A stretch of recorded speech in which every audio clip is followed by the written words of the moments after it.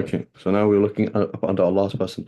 This is significant because often what we're going to find is not as much information as we would like about the التابعي الكبير, right? التابعي الكبير. التابعي الكبير meaning somebody who is very old and somebody who narrated from somebody like Omar.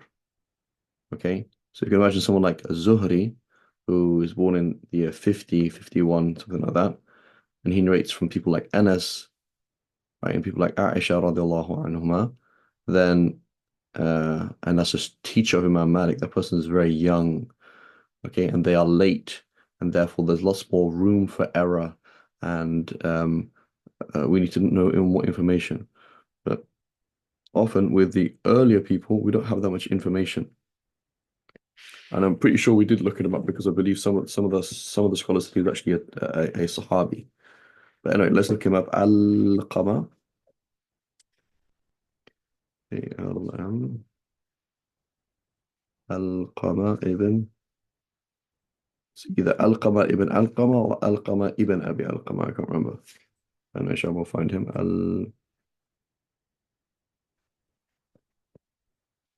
Al-Qama.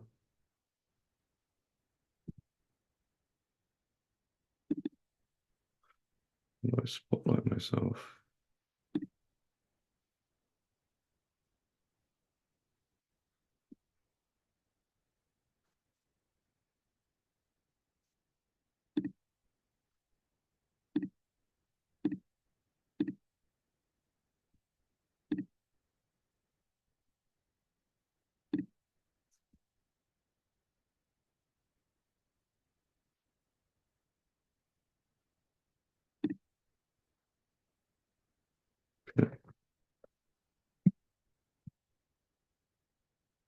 Okay, so now looking at Al-Qama.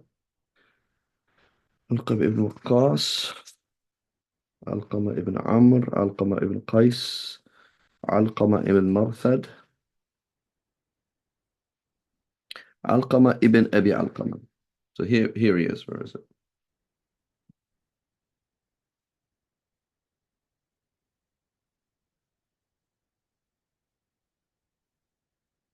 So we have number one, we say Ain, which means, Bukhari. say it again, sorry.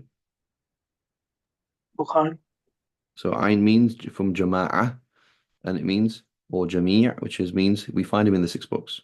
He is used in all of the six books, right? So if he were just in Bukhari and Muslim, that would mean he's really good, probably, right? And the fact that he's in all of the six books probably means he's amazing. Okay.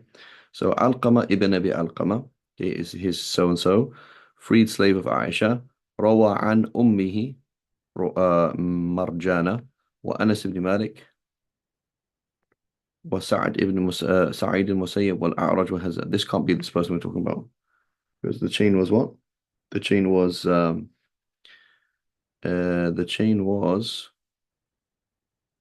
did it go again? If you remember, everybody narrating from Yahya ibn Sa'id al-Ansari from Muhammad ibn Ibrahim at-Taymi. We should have written this down before so we have it. And I believe it was from Alqama ibn Abi Alqama from Omar.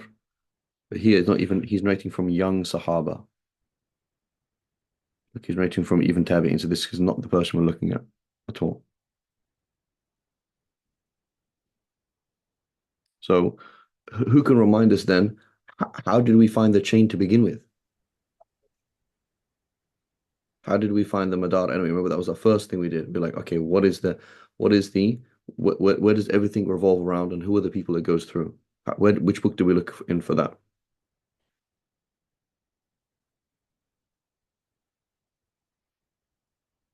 Because here we're looking at Tahdhib, but Tahdhib, it just has hadith narrators.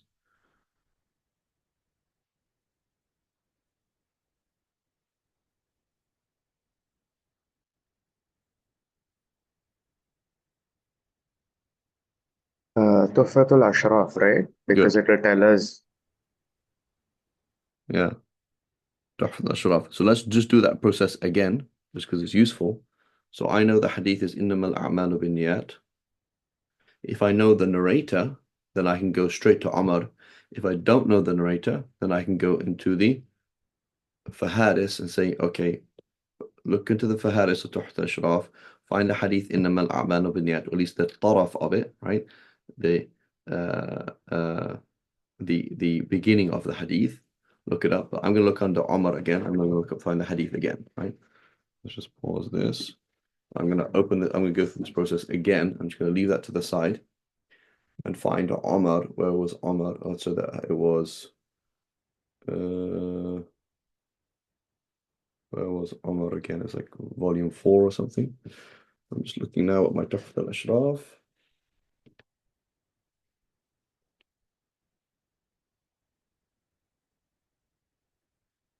Abu Hurairah, that's 9.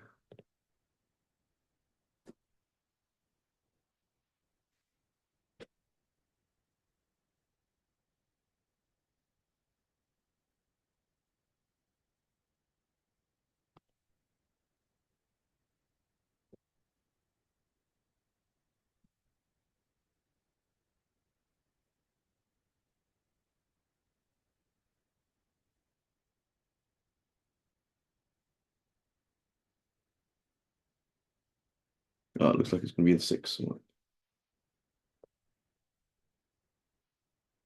6 or 7. Where's 7? 7 begins with Malik. So we're looking at the volume 6 or 7. No. So again, I can save a lot of time by doing many of these things. I can just look in a search engine and go for a shot. But it's not actually that useful in the beginning because I actually need to learn how this thing works, right? There's no harm in using all sorts of things to help you if you can actually do it. But if you can't actually pick up the book and find it, you're actually disabled. And we don't want to be like that. And you again, as you mentioned before, you miss out huge things, right? And I just give an example of my experience with Hans Vier, right? Everyone's familiar with Hans Vier?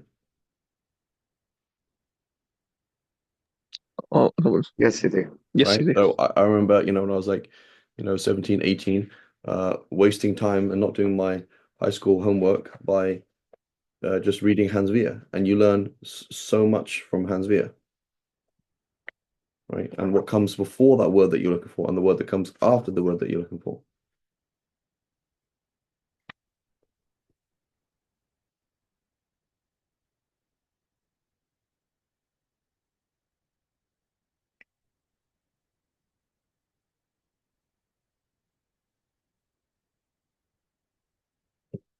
Okay, that's volume 6. I'm looking at volume 7 now.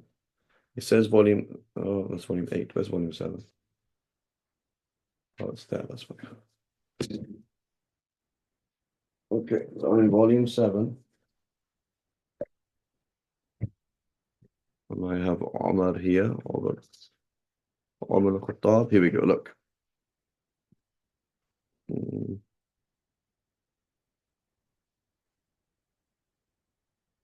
Alqama ibn Waqqas al-Laythi al-Madani and Omar. Right? This is the person here. إنما الأعمال بالنيات. It's not Alqama ibn Abi Alqama. That's who it was. Okay? Alqama ibn Waqqas. And I'm going to go back my Tahdhib al-Tahdhib and try and make sure that nothing falls right now because I have a mountain of books in front of me, which is a good thing to do. I'm going back to Tahdhib al-Tahdhib.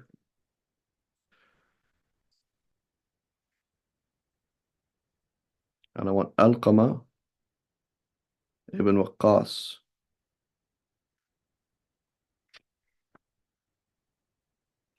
Here.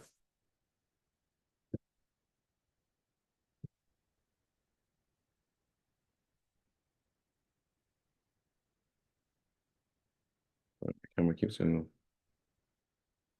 So look at him here. And then it says Ain. Okay, we know who he is. Okay. Alqama ibn Waqqas ibn Mihsan. Ibn, etc. Rawa an Umar, right? And as we mentioned here, this doesn't mean he actually narrates from him. This is a brief summary, i.e., we will find in some chains that he narrates from Umar. That doesn't mean he actually narrates from Umar. Okay, so I need to look afterwards to see if there's actually any questions about that. You know, Ibn Umar, Bilal, Harith, Muawiyah, Amr ibn As, Aisha. Who narrates from him? His these people. Okay, and look, here's where was it? Is Ibrahim at-Taymi, Muhammad ibn Ibrahim at-Taymi, that was a hadith person underneath him. قال ابن سعد كان قليل الحديث توفي بالمدينة وله بها عقب, he has children, في خلافة عبد الله بن مالك. قلت ذكره مسلم في طبقة الذين ولدوا في حياة النبي صلى الله عليه وسلم. Right, so he was actually a Sahabi, a baby basically. وكذا قال ابن عبد البر في الاستيعاب إنه ولد على عهد النبي صلى الله عليه وسلم.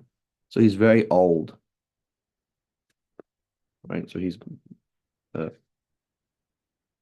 I wouldn't say very old because the Sahaba, the Tabi'in who are older than that. But anyway, he was and so that he said قال أبو نعيم الأصبهاني في الصحابة, so he's listed as people of the Sahaba as well by certain scholars, right? Other people, it says here,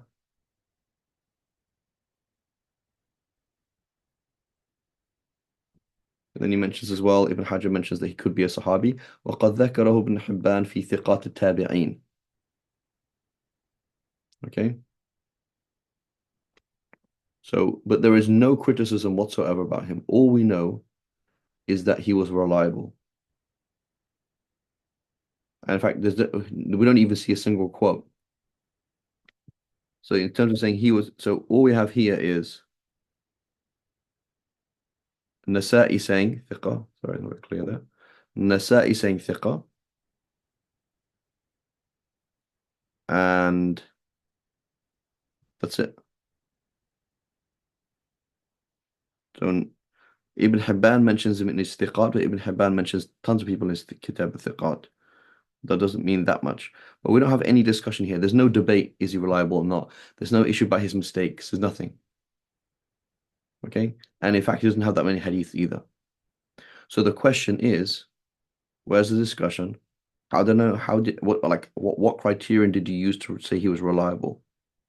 Okay? And we're not going to go into the details now, but we just put that in our mind. That's interesting. How can he be qalil al-hadith? I mean, he doesn't have that many hadiths. Therefore, the sample size is very small. So how do I know he couldn't have made a mistake? Okay. And then, yeah, but so that's one thing to put in your head. The other thing then is, a bigger picture is, there is a general tasamuh, not tasamuh, what's the word? Yeah. General tasamuh with the kibar, with these old people of this generation. So if you can imagine with hadith, how does hadith work? Is so we say if you're a Sahabi, we don't criticize you, right? But if we're not asking to find if you're a thiqah or not. But if you are on Sahabi, we're going to criticize you. Okay, let's see why that's the case. This whole thing of hadith criticism comes out as a result of errors and a result of people actually lying, right? So we do find errors, A, and B, people are actually lying. Okay, when are they lying? Way later. So hadith is a response to a later problem, right? The whole question of where's your source and being annoying only comes about when there's actual errors and actual lies. So what does that mean then? It means that we always have more information about later people than we have of earlier people, A. And B, the chances of error and the chances of lying for earlier people is much less. So the fact that you're Sahabi, we just say, yeah, you're not lying, full stop. Again, a Shi'i could come along and say, oh, that's a problem. A Kafir could come along and say, that's a problem, right? So we say, no, look how the Sahaba were. We say, look how careful they were. We say, what was it like to be a believer? We say this person believes in Allah and fears Allah. They say, okay, what does that mean? Right? And so it's important to understand that with the Sahaba, number one, the Sahaba, we just say they're all udul, right? They're all upright. Okay, why couldn't they have made a mistake then? We just ignore that because they're so careful. We see again and again and again the Sahaba are so careful that we assume they don't make mistakes, but they could make mistakes, right? The khata is where it's still possible that they can make mistakes, but we just say it's so because of their attitude, it is so negligible, and because of the occurrence of errors, it is so negligible, right? And this is very, very important, particularly when we come to fiqh, right? And you say like, how can you turn away from this hadith? You say, well, to begin with, we always knew that there was room for error in a hadith, so that's why there's a hadith that says one thing, but the prevalent fatwa is this, or the system would dictate this, or maybe the hadith is something else. So it's very important to understand that. Okay. Um, and so there was even a discussion, there's a debate between Ibn Hajar and Dhahabi on this issue, which is what if there is a tabi'i kabir?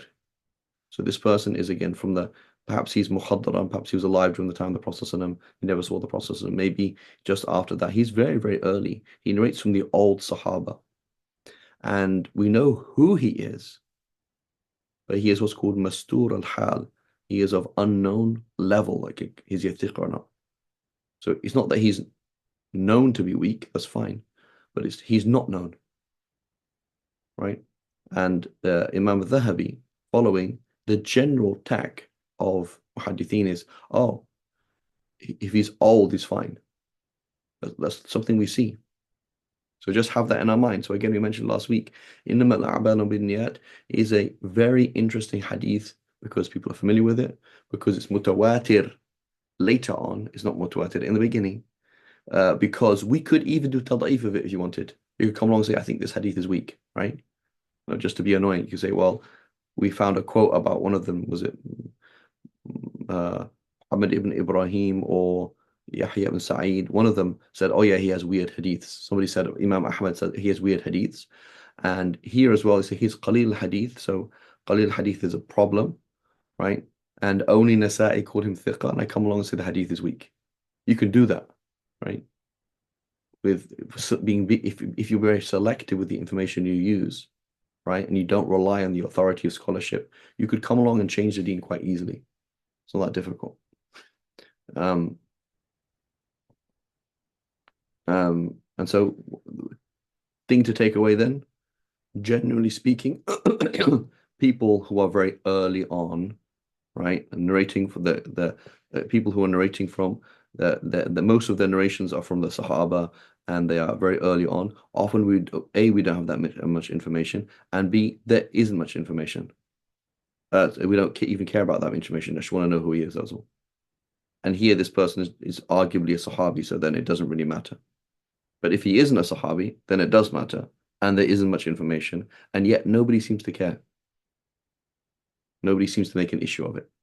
Again, why would they do that? They said, oh, because he's in Medina, it's very old, that those kind of errors and that kind of attitude wasn't around at that time. Whereas later on, when the chain is longer and you're later on in history and there's more sectarianism and there's more room for error and the dean's not saying, yes, we're going to have more issues. Does that make sense?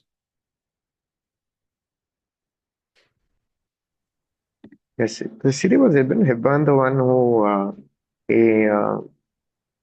he makes someone a sikha if he can't find any criticisms about that narrator. There was one of the muhaddisin, right? I Yeah, remember you that's by mentioning. default. Yeah, so Ibn Hibban by default, he says somebody who is mastur al hal is a thiqa. You're basically thiqa until proven otherwise. Usually, it's you're da'if until proven thiqa for most scholars. Yeah, and Muhammad Awama in his beginning of his Musannaf ibn Abi Shaybah, he talks about him. And he defends that case as well. He defends that case as well and explains why that's the case and how that's not that's the approach of other people too. Okay. I was about to say something and I just forgot right now.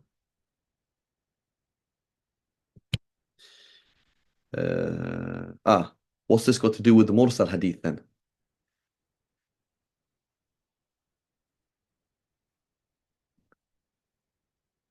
What is this approach got to do with the Mursal hadith? So if I take Imam Dhahabi's stance, which is, oh, Mursal Kabir is the Tabi al Kabir is fine. He's a thiqa just by default. So if you are one of those people who study just with the Sahaba and you're just old, right? You're fine. What's that got to do with the Mursal hadith? Go ahead, Saif.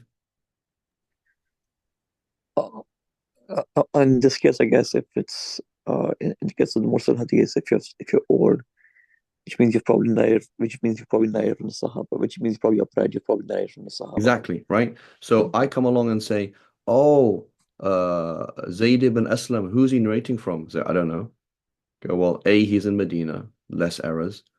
B, he's probably narrating from somebody of the family of Sayyidina Umar because he's a client, he was a freed slave of their tribe. He's old, so it's okay. Khalas, it's okay. Right? So, or you coming along and you're saying, well, actually, technically, that person's not a Sahabi. Like, well, it doesn't really matter because he's most likely narrating from. So, A, he's most likely narrating from Sahaba because he doesn't really have any Tabi'i teachers.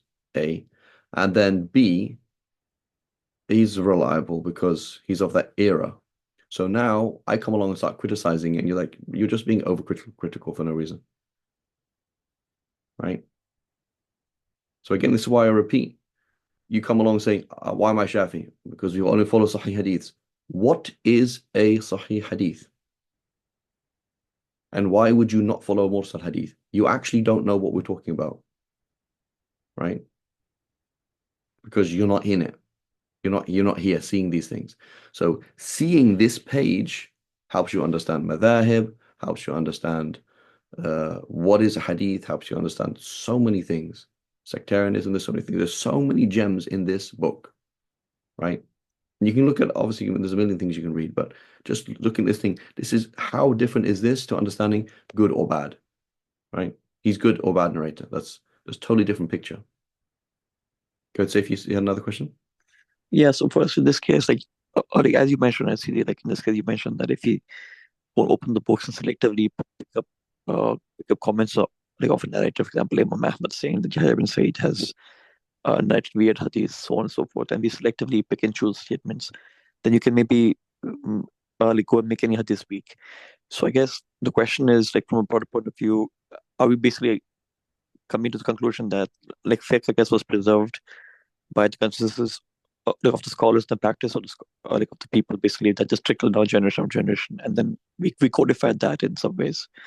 We try to codify Yes, that. Yeah, I don't think it's too important. All I'm trying to say is if you want to be selective and if you are driven by your caprice and your hawa, you could change the deen quite easily.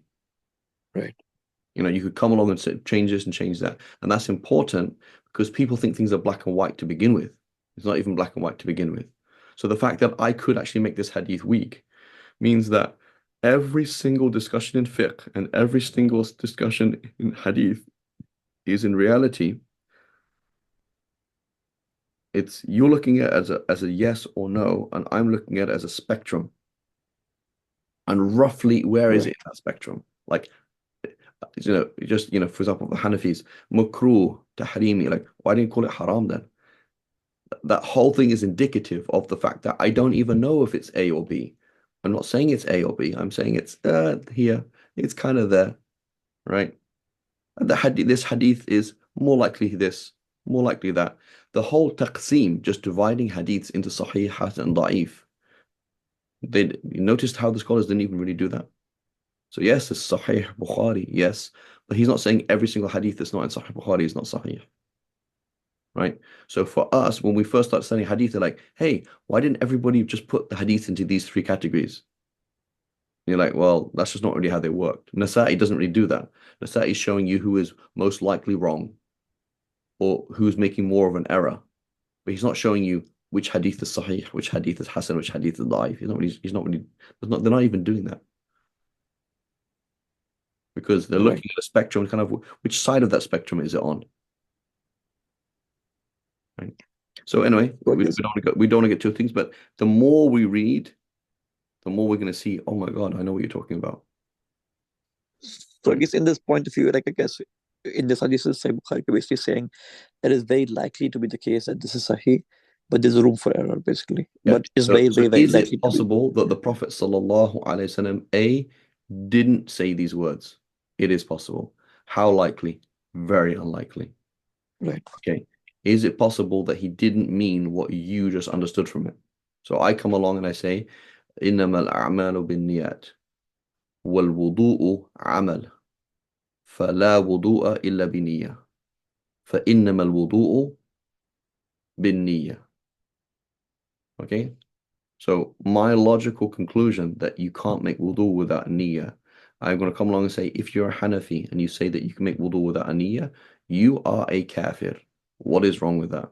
Number one, Habibi, it's in the hadith. Yeah, but the hadith is sahih. I know.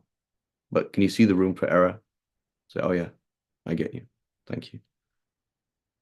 So A. B, which is now an usuli discussion, lughawi discussion. What does hadith mean? A whole other kettle of fish, right? That's a whole other kettle of fish.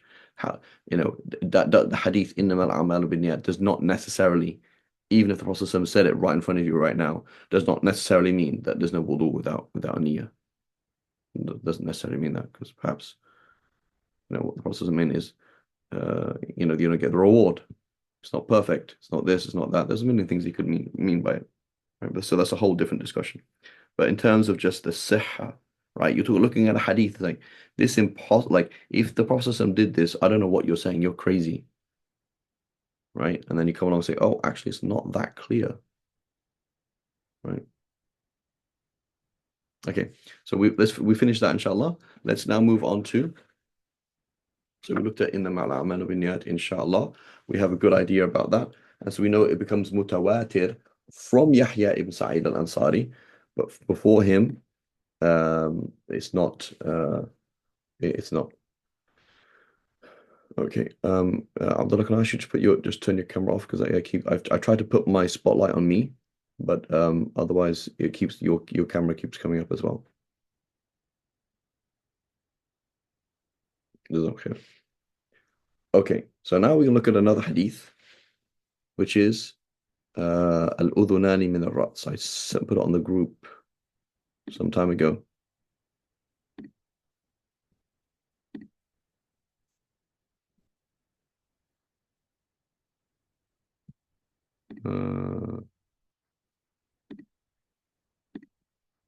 الأذنان من الرأس. Okay, so it says, going to look at the hadith, and then, time permitting, hadith الأذنان من الرأس, that the two ears are part of the head, عن أبي أمامة. So where's my problem here? Do I actually know his name? Abi Umama al-Bahili. I know it's Abi Umama al-Bahili, but what's his name?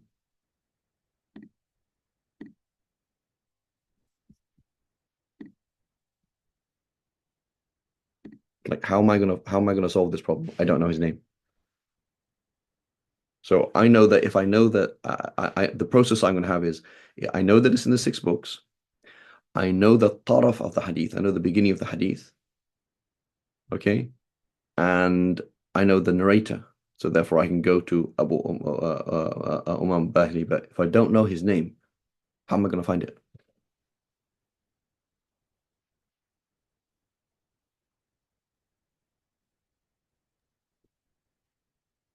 You'd have to look in the Kunya section in Tahzib, Good. get his name Right, I'm from gonna have there. to look under Kuna.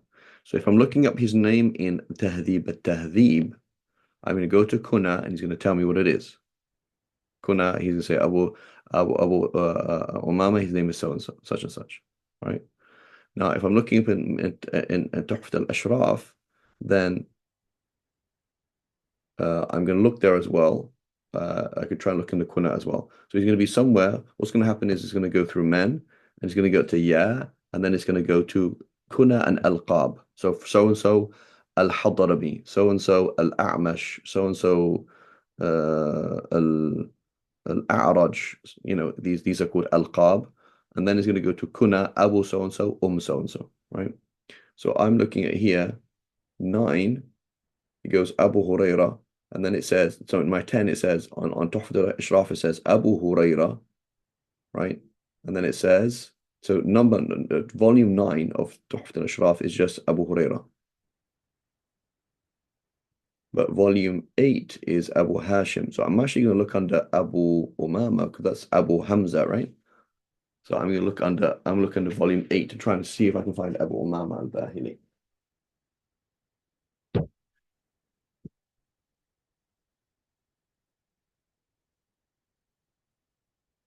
Abu Dhar.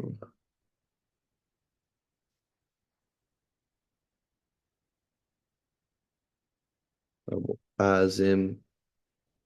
Abu Tha'labata.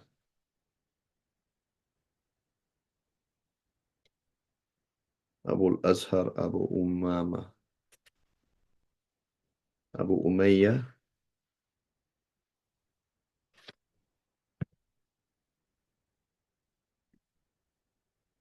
Okay. What do I find here?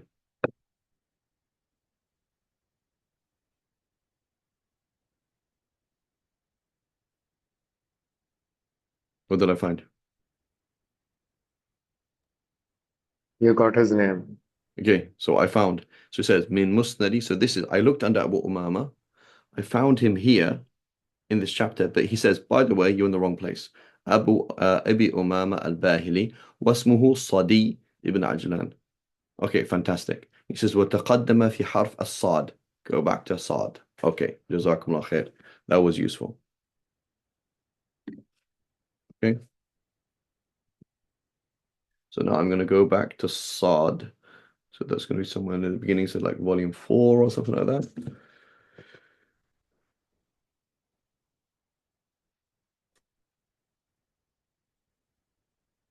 Sakhar, yeah, volume 4. So the Sakhar, Sad, Kha, Sad, Dal.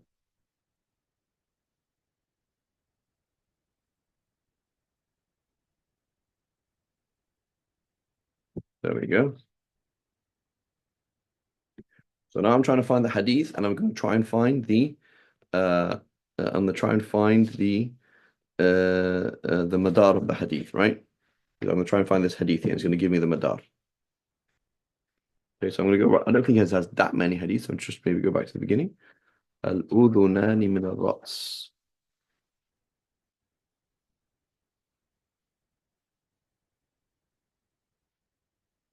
So he's going to say, so right from the beginning.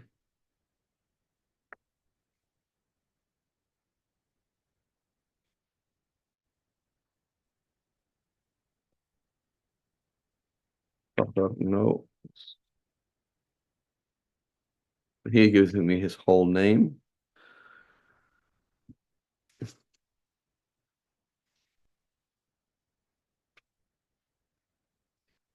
Um,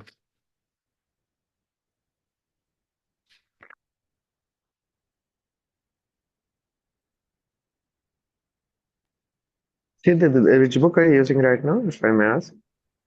this is Tuhfat al-Ashraf. Out of the list. Okay.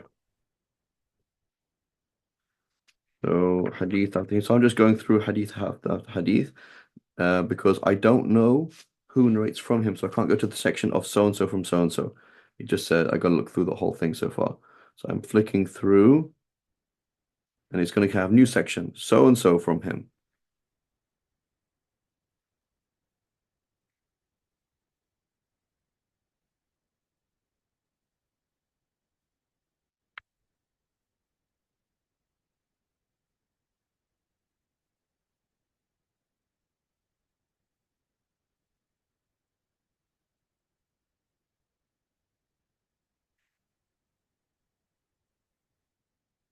And see, what did I learn that I wouldn't have learned through search engine?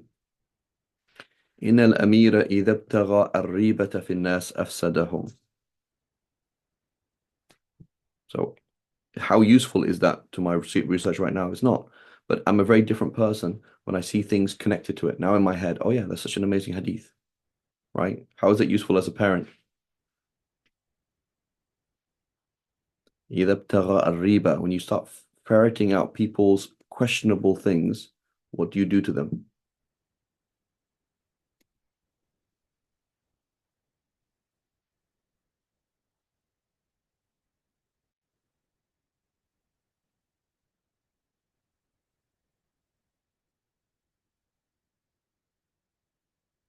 أفسدهم, right? So you need to know what your kids are doing, but you also need to be careful to turn a blind eye to certain things, because if you're continually on your kid's case, it's not a very good thing to do, right? And so the way that the Sharia works on a political level is that sin is not allowed to happen publicly, but you don't put cameras in people's houses and start finding out what they're doing privately. You don't do that. That's the guiding people on that kind of level is something else. Okay, found it. Okay. So here's my hadith. شهر ابن حوشب الأشعري الشامي عن أبي أمامة دال تا قاف. What does that mean?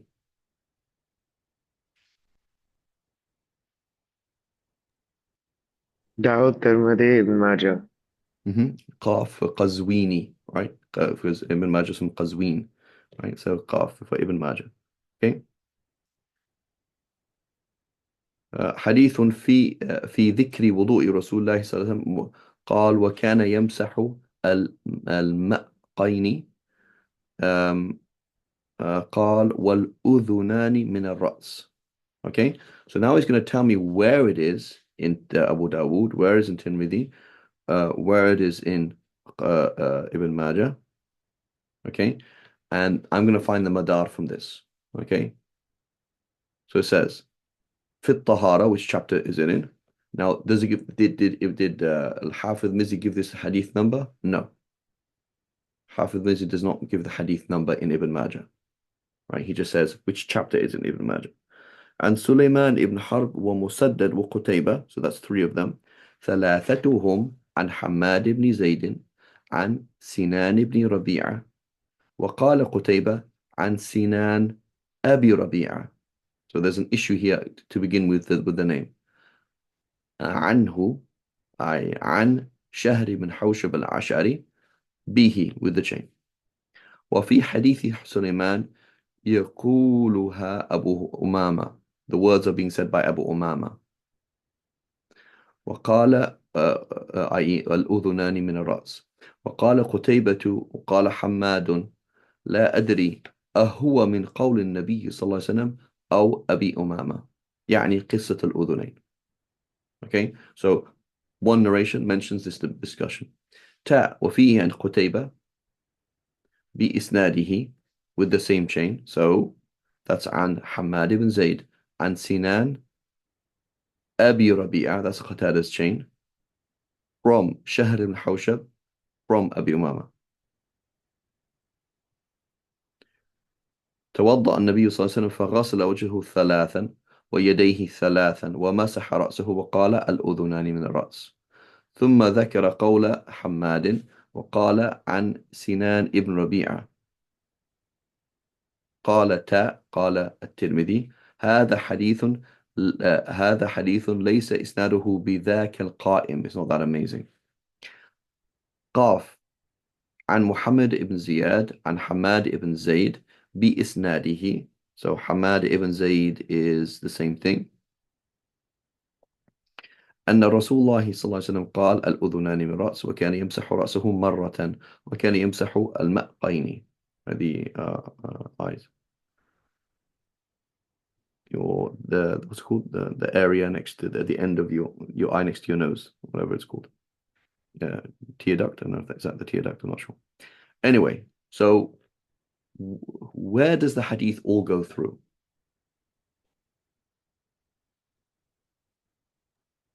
So here he's mentioning Hamad ibn Zayd, Hamad. Qutayba. So Sulaiman ibn Harb, Musaddad, Qutayba, and then we also have Muhammad ibn Ziyad from Hamad ibn Zayd. Okay? So everything then goes from Hamad ibn Zayd.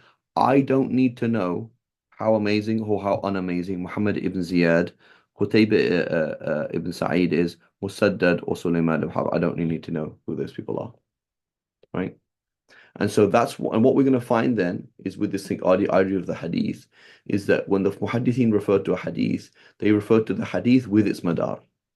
they're gonna say, for example, oh, Imam Ibn Abi Hatim will ask, has said, I asked my father about the hadith from so and so and so and so and so and so. They're not mentioning every single chain for it, but they have traveled the world and they've all heard of this hadith, and they want to, that's the reference. So it's tagged, it's the matan, and it's the whole chain up to where it becomes widespread. Because once it becomes widespread, it's not an issue, right?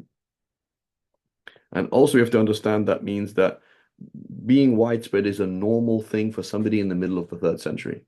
If you're in the middle of the third century, you will hear one hadith 1,000 times from different people. And if you heard one hadith from one person, that's a problem in the middle of the third century. So you're in the year 250 and you're in Balkh or you're in Mecca and you've never heard of this hadith before, that's a problem. I mean, if you're a hadith scholar, of course. Like you've traveled from Balkh to Fustat to Misris to Sana'a, and nobody else narrates the same hadith. That's a problem. That means the hadith is a gharib, right? Not just fard, but it's a gharib. It's not just unique in that, oh yeah, the only person writing this, but it is in an odd sense. So we just saw with Innamal A'malu Binniyat is that, oh, that hadith didn't spread that early on, right? It wasn't that early on. But if it spread later, meaning this hadith is only known in the time of Imam Malik's students or Imam Malik's students, that's a problem. That's so odd that it sounds fishy. Okay.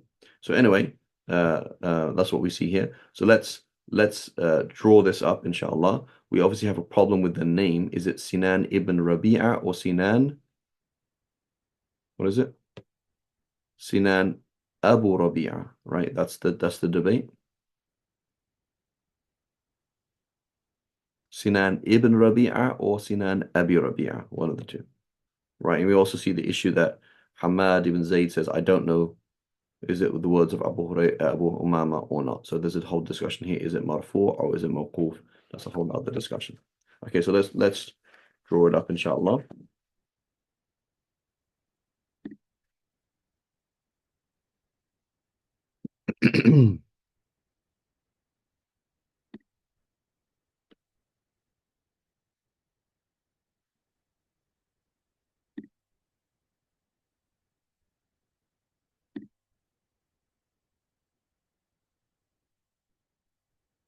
So this diagram is easier to draw or not because it's not different. So it'll be very complex to draw if different chains had different information, but it doesn't really, or it doesn't have significant different information. So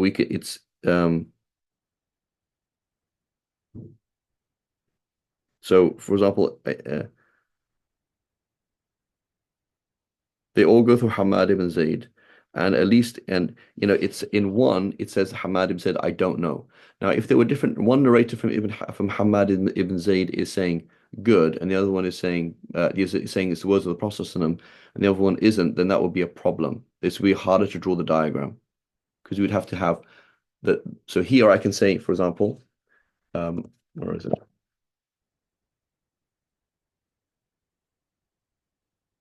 Abi Umama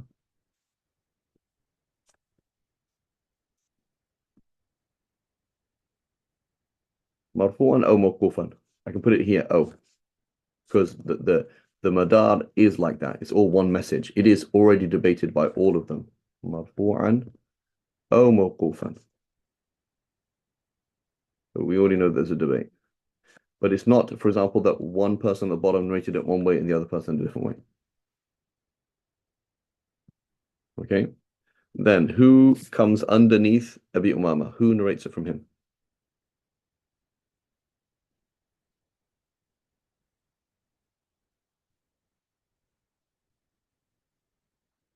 Does everyone have the hadith?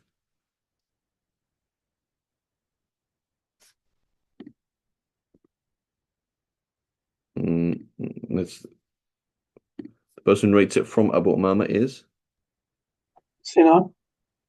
no. Is Shahr Where's my ha gone? Sa'd ibn Hawshab. Shahr ibn Hawshab. My ha.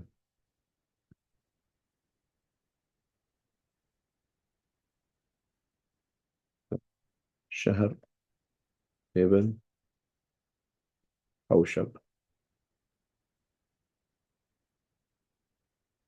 Okay, and from him we have Sinan ibn Rabi'. Sinan ibn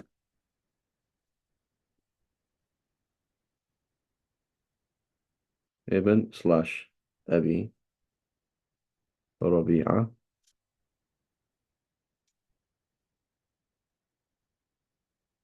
And then from him we have Hamad ibn Zayd.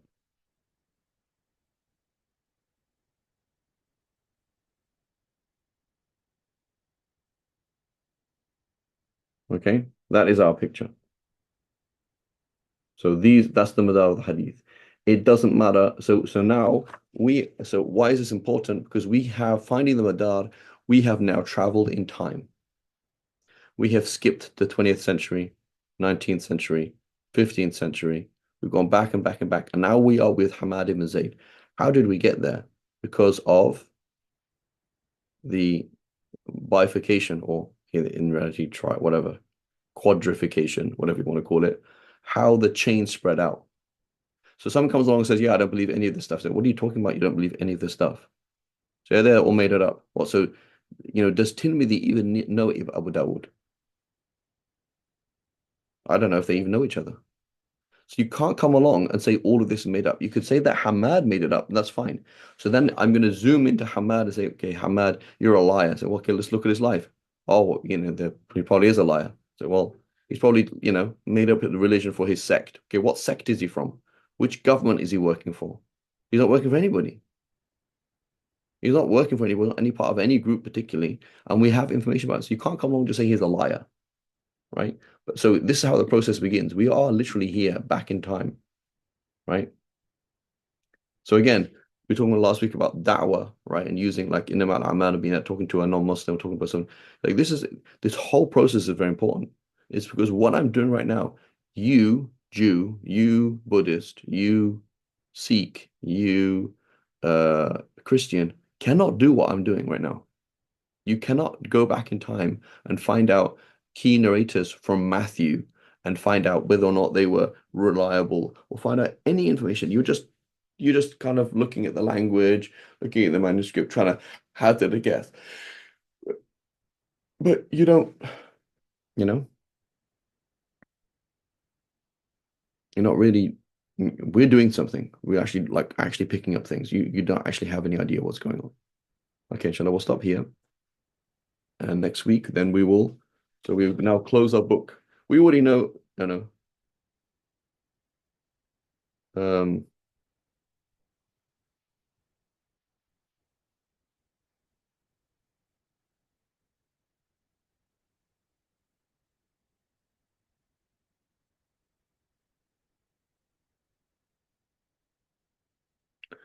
um,